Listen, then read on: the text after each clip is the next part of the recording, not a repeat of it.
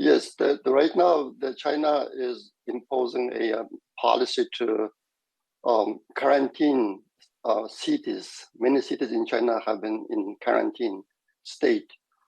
This includes also several cities in East Turkestan, Uyghur homeland. One of them is Esli prefecture, the Esli city.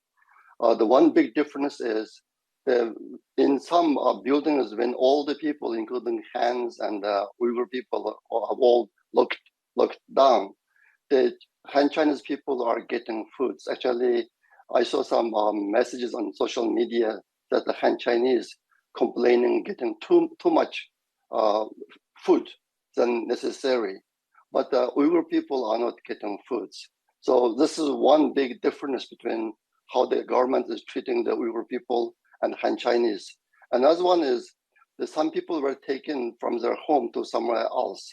When the authorities did that, the Han Chinese people are taken to hotels, with a very good condition.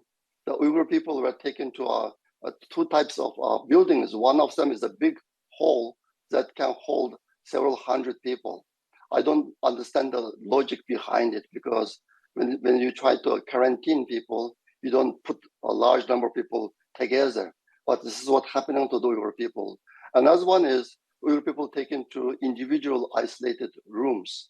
And I am very worried about those people, because they might be being used as subjects for medical bioweapon and the brain control experiments.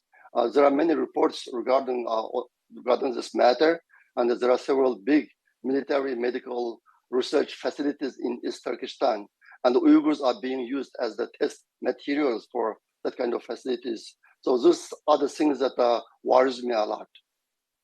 You can assume it's a discrimination, but the main reason that for this to happen is the Uyghurs have been a burden to the Chinese government.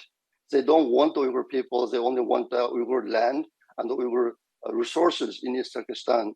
So the Chinese government has been using all the opportunities to kill as many Uyghur people as possible. This is happening in a very large scale, in a distributed manner, in prisons and concentration camps.